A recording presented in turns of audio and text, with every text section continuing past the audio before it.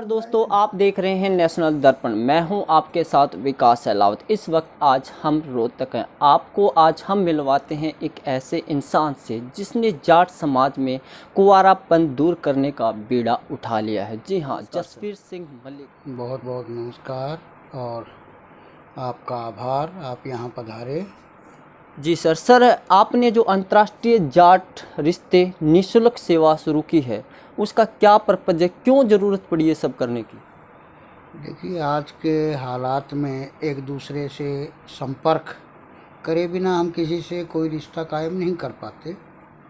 अब चूँकि हमारे समाज का विस्तार काफ़ी हुआ है और बच्चे काफ़ी पढ़ लिख के आगे आए हैं और उनके लिए समकक्ष रिश्ता ढूंढना अभिभावक के लिए बड़ी चुनौती बन गई थी और इसके लिए हमने ये सुविधा भारतीय जाट रिश्ते के नाम से शुरू की है और जाट रत्न पत्रिका में भी इसको निःशुल्क हम प्रकाशित कर रहे हैं और इससे समाज को लाभ हो रहा है।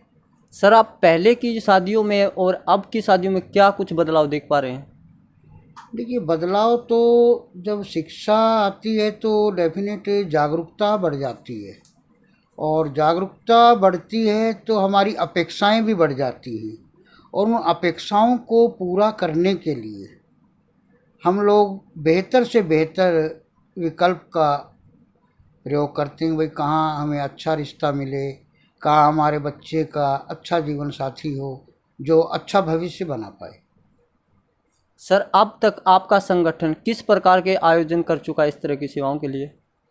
देखिए, इसके लिए हमने जो आधुनिक रूप से चल रही हैं सोशल साइट्स की मदद ली है और उसमें हम अभिभावकों से बच्चों के परिचय मंगाते हैं, बायोडाटा मंगाते हैं और उस बायोडाटा को हम लोग व्हाट्सएप ग्रुप हैं, कुछ आपका सोशल मीडिया पे हमारे काम करने वाले लोग हैं, काफ़ी इंडिया भारतीय स्तर पे ये काम हम लोग निःशुल्क कर रहे हैं। साथ में जाट रत्न पत्रिका जो अंतर्राष्ट्रीय है, पूरे भारत में ये जा रही है पिछले 14-15 सालों से, इसके ज़रिए भी हम एक दूसरे को सूचनाएं देने का काम करते हैं जिसकी बदौलत रिश्ते हो पा रहे हैं।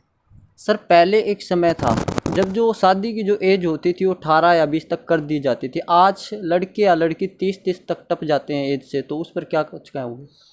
देखिए, ये भी एक समस्या है और इसमें आप ये मानना कि यदि कोई बच्चा 10वीं करता है तो उसकी उम्र 14-15 साल हो जाती है और 10वीं के बाद अगर वो मास्टर डिग्री करता है और मास्टर डिग्री करने में उसको कम से भी कम आप ये मान के चलिए कि 2 साल +2 के, 3 उसमें ग्रेजुएशन किया, 2 में फिर मास्टर किया, फिर उसके बाद डॉक्टरेट या पीएचडी किया, तो उसके 7-8 वर्ष लग जाते हैं और 7-8 वर्ष में जब वो बच्चा अपनी एजुकेशन पूरी करके निकलता है तो वो जाहिर है कि वो 25-26 साल का हो जाता है और 1-2-3 साल उसको नौकरी ढूंढने में, नौकरी मिलने में, नौकरी के बाद एक एडजस्ट होने में, उसके बाद वो शादी की सोचता है। तो जाहिर है कि उम्र जो है बढ़ जाती है और तकरीबन हमारे जो बच्चे हैं 28 के, 29 के, 30 भी पार कर जाते हैं।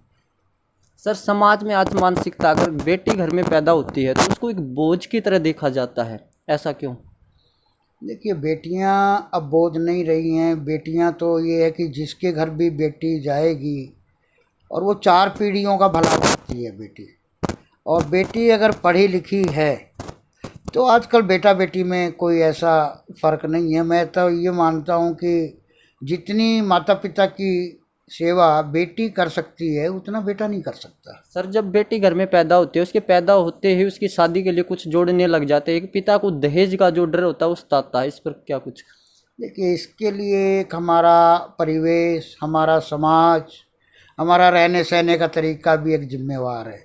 दूसरा, हम लोग रीस करते हैं। रीस बोले तो फलाने ने यूँ किया था, हम भी यूँ करेंगे। एक भय पिता के मन में, एक बेटी को ये देना पड़ेगा, ये देना पड़ेगा। नॉर्मली शादी में एक पिता का बहुत ज़्यादा पैसा लग जाता है और ये चीज़ें सबसे पहले अगर इसमें किसी को करने की ज़रूरत है तो वर पक्ष वाले को, लड़के वालों को है कि वो स्पष्ट रूप से मना कर दें कि भाई हम दहेज नहीं लेंगे, किसी भी तरह का दिखावा, किसी भी तरह का प्रलोभन नहीं करेंगे। समाज में लोग सर पहले रिश्ता होने से पहले ही दहेज की लिस्ट देते हैं, उसके बाद कहते हैं जोड़ी तो ऊपर वाले ने बहुत खूबसूरत बनाई है।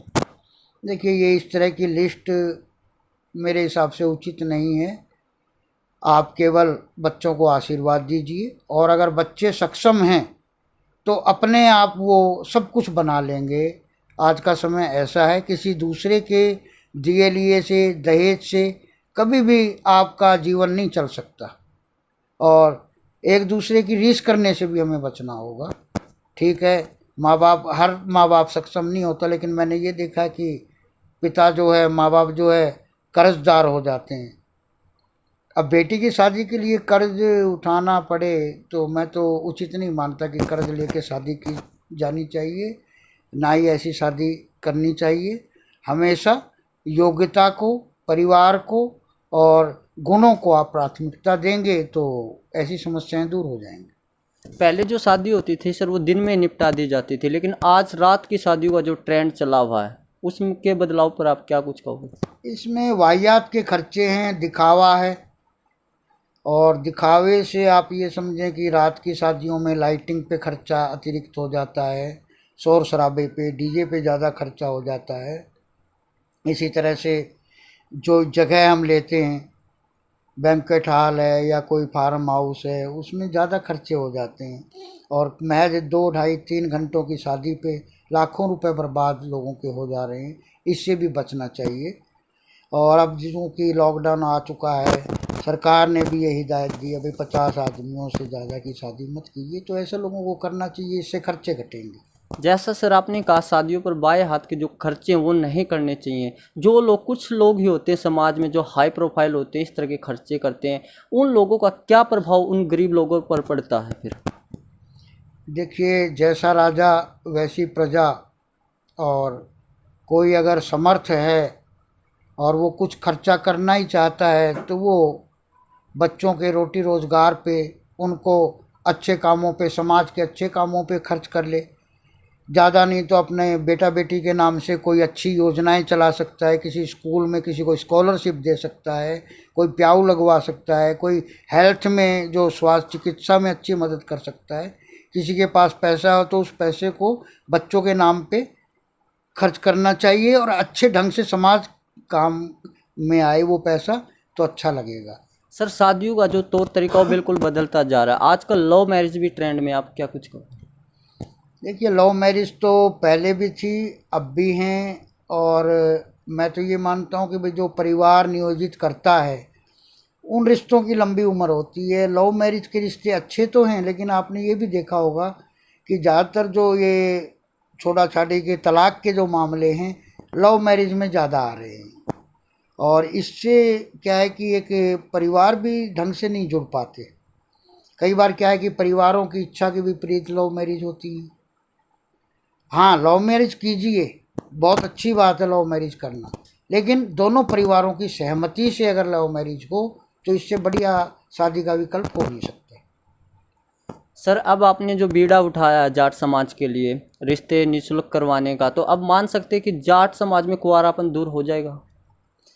देखिए, हम तो एक चींटी की भांति हैं कि जो केवल प्रयास ही कर सकते हैं। हम ये आश्वासन कैसे दें कि समाज में रिश्तों की वो ख़त्म हो जाएगी, लेकिन जिस तरह से हम लोगों का ये नेटवर्क चला है पूरे भारत में, तो हमारे पास रोज़ के 50-40 बायोडाटा आ रहे हैं, और महीने में ये बायोडाटा 1500-1600 बायोडाटा हो जाते हैं, और इन बायोडाटा से ज़्यादा नहीं तो आपस में लोग जब बात करते हैं तो रिश्ते फलीभूत हो रहे हैं। और एक ये कारगर विधि है, सोशल मीडिया का सही मायने में सही उपयोग हम लोग कर पा रहे हैं, और इसकी जो ज़्यादा ज़रूरत है ग्रामीण क्षेत्रों में भी है। शहर में तो चलो हम लोग कर ही रहे हैं प्रयास, लेकिन जिस टाइम ये गांव में ये स्कीम चली जाएगी तो गांव वालों को बहुत फ़ायदा हो जाएगा। आप जो रिश्ते करवा रहे हो सर, उससे क्या ग्रामीण लोग जो गरीब परिवार वो भी जुड़ पाए इस प्रोफाइल से? देखिए, इसमें अभी बहुत देरी है, और सबसे बड़ी चीज़ जागरूकता। दूसरा क्या है कि सबके पास ये एंड्रॉयड फ़ोन वाले मोबाइल नहीं हैं, हम ये भी कह सकते हैं। कई जगह गरीब हालात है, कई जगह किसी को काम से ही फुर्सत नहीं है, लेकिन जहाँ जहाँ थोड़ी बहुत भी सोशल जागरूकता है वहाँ ये चीज़ें बढ़ पा रही हैं। और ग्रामीण क्षेत्रों में अगर इस चीज़ को और थोड़ा विकसित किया जाए गांव वालों के सहयोग से, तो ये रिश्ते ब्याह जो है ये आपस में अगर ये ग्रुपिंग बना के ये अच्छे उसमें लोगों को ज़्यादा से ज़्यादा दूर तक बताया जाएगा तो ये कामयाब हो सकता है। सर, जो ये निःशुल्क सेवा रिश्तों की क्या पूरे भारत के लिए है? ये पूरे भारत ही नहीं, विश्व में जाट समाज का कोई भी आदमी कितना ही पढ़ा लिखा है, कितना ही पैसे वाला है, कितना ही चाहे वो गरीब है, सब एक ही जाजम पे सबके लिए ये निःशुल्क सेवा है। हम किसी से कोई इसका पैसा नहीं लेते। अब तक आप कितनी शादियाँ करवा चुके हैं निःशुल्क ऐसी? देखिए, इसके लिए तो जो मेरे पास विवाह शादियों के कार्ड आ जाते हैं तो मुझे पता लग जाता है फलाने की शादी हुई है। मैं अभी आपको दिखाता हूँ कि ये इतने कार्ड हमारे पास आ चुके हैं, और जहाँ भी कन्यादान डालने जाना होता है तो मैं जाता हूँ और लोगों को अपनी शुभकामनाएं प्रेषित करता हूँ। लगातार ये कार्ड आ ही रहे हैं और मैं सबका सम्मान करता हूँ। तो सर, आगे इसी कार्य को बढ़ाने के लिए समाज में आप कौन सा नया रूप तैयार कर पा रहे हो? इसमें हम लोग अपना नेटवर्क जो है और ज़्यादा से ज़्यादा अपनी ही तरह की विचारधारा वाले आदमियों को हम जोड़ने जा रहे हैं। और हमारा प्रयास है कि हर ज़िले में 2, 4, 5 आदमी इस तरह की सेवाओं के लिए, रिश्ते करवाने के लिए हम लोगों के साथ हों, या अपने अपने हिसाब से सभी काम करें। और इससे क्या कि समाज में एकता भी आएगी और मजबूत। के माध्यम से जाट समाज के युवक युवतियों को क्या कुछ संदेश देना चाहोगे सर आप इसके लिए? इसमें मैं ये कहना चाहूँगा कि सबसे पहले हमें देश हित का सोचना चाहिए, समाज हित का भी सोचें। और किसी का कोई अगर अच्छा काम कर रहा है तो कृपया आप विरोध ना करें, हो सके तो उसका साथ दें। और जहाँ कोई कमज़ोर है, लाचार है, कोई बेबस है, उसकी मदद करें। और शिक्षा से ही जागरूकता आती है और जागरूकता ही एकता कर सकती है। और समाज अगर इस चीज़ को समझे, और विशेष रूप से युवा अगर अपनी पढ़ाई का सही इस्तेमाल करें और फालतू की बातों में ना जाके, एक दूसरे से भेदभाव की बातों में ना जाके, एक दूसरे की लेग पुलिंग, टांग खिंचाई की बातों में ना जाके, एक सामूहिक रूप से कोई अपना उद्देश्य बना के काम करें, तो मैं नहीं मानता कि उनको सफल होने से कोई रोक सकता है। हमारा भारत का युवा, हमारे समाज का युवा बहुत ही ज़्यादा एडवांस है और हर तरह से योग्य है। और अपनी एक जो मोदी जी भी कहते हैं भाई आत्मनिर्भरता की दिशा में बड़ा अच्छा कदम उठा सकता है स्वावलंबन के जरिए। अभिभावक को, माता पिता को भारतीय रिश्ते सेवा के जरिए लाभ उठाना है, वो कृपया मेरा मोबाइल नंबर नोट कर लें, 9355675622 9355675622 पे आप मुझे अपने बच्चे का बायोडाटा, उसका परिचय मुझे व्हाट्सएप करें और उस बायोडाटा को मैं आगे भेजूंगा। और औरों के भी बायोडाटा आप देखेंगे, कुछ ग्रुपों में आपको प्रवेश किया जाएगा। ये सारी सुविधा निःशुल्क है। आप अपने बच्चों का उनकी योग्यता की, उनकी शिक्षा के हिसाब से रिश्ता ढूंढ सकते हैं। मेरा आपसे यही संदेश है कि भारतीय जाट रिश्ते सेवा करके आप सब जुड़ें और इस सेवा का आनंद लें।